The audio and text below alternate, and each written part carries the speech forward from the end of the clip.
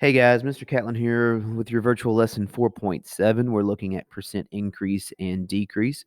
We've been doing fractional increases and decreases with tape diagrams, and it's been a struggle for some of you. That's also been doing some decimal increases and decreases. And today we're going to get to what we really want to be able to do, and that's a percentage increase and decrease. All right, so a percentage increase tells you how much a quantity has gone up, and we express that as a percentage of the starting amount. So where you began. So for example, if Elena had $50 in the bank on Monday, that's 100% is 50. You can see that from the tape diagram right here.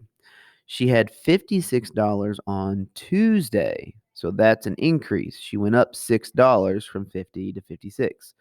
That $6 that I highlighted here in blue is 12% of 50.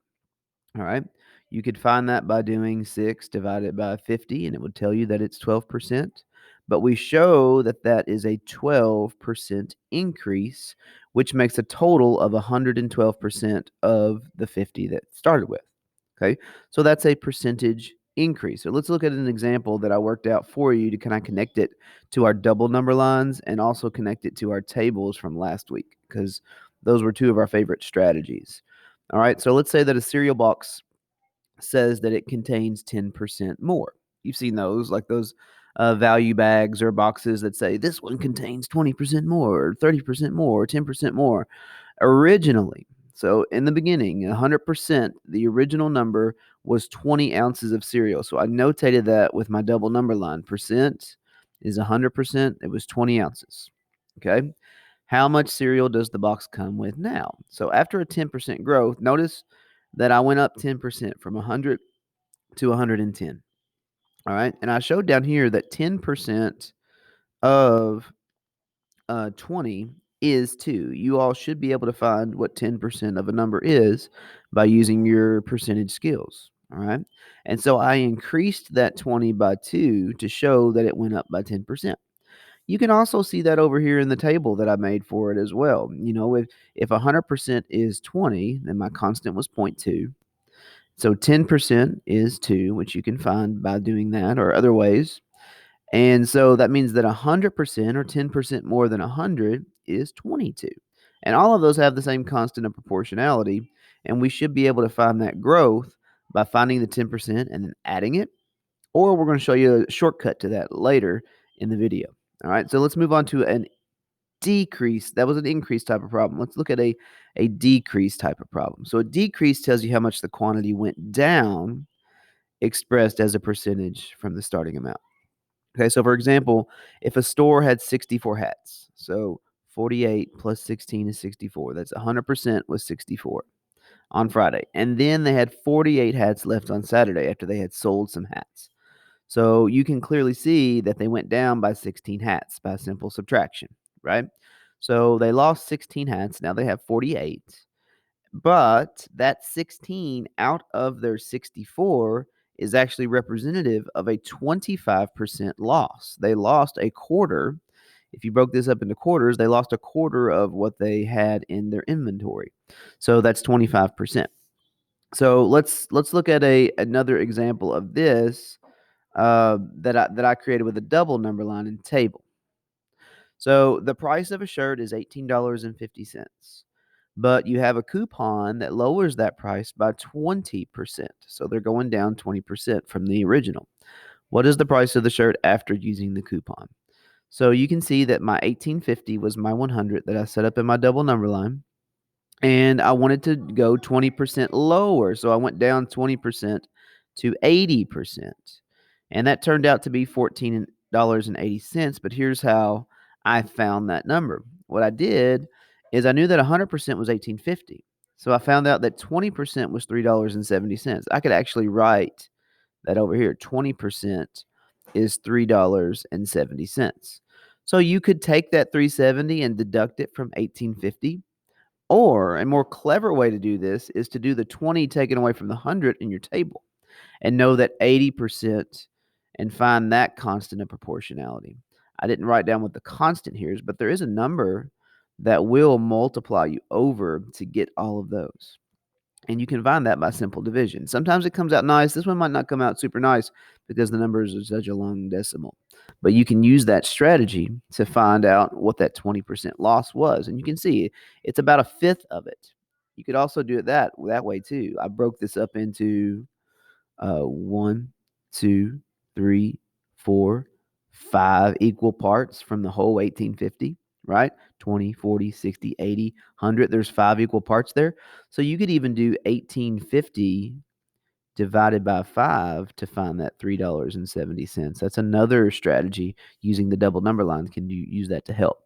But what I want to get to, what I want you guys to be able to do, and the reason for this whole week of the fractional, the double number lines, and all the visuals is that I want you to be able to do this faster, more efficiently. And this last page is what's going to allow you to do that. Okay? So, recap of what we've done so far. When we had a 12% increase of 50, it turned out to be 56. That was the first problem. A 10% increase of 20 was 22. So that was the first problem that I did with the double number line, right? It went up 2. And then we did another example where we had a 25% decrease of 64 and it went down to 48. And a 20% decrease of 1850 and it went down to 1480, the one that I just showed you. So I want to show you a shortcut of a way that we could have found those numbers that were our answers quicker. Okay. So if I had a 12% increase from the 100, I think you would agree that 112% would be the percentage that would represent 12% more than 100. If you take that number and write it as a decimal, 1.12, you're going to have a handy number. We're going to come back to that number. Let's do that for all of these real quick. A 10% increase could be represented by the percentage 110%, which is the decimal 1.10. Simple decimal move back, right? And then this is where they get tricky. The decreases are a little bit tricky. A 25% decrease can be represented by the number 75% because it's 25% below 100. Okay? You see that's how I'm getting the 75? And that decimal would be 0.75. And then lastly, the last one that we have that I want to look at is a 20% decrease. With that same idea of taking 20 away would leave us with 80% of the price. And that can be represented by 0.8 or 0.80, right? So we have all of these multipliers. We have 1.12, 1.10, 0.75. Watch what happens when I use that multiplier and the original number 50, 20, 64, and 1850. Watch what happens when I put those into my calculator.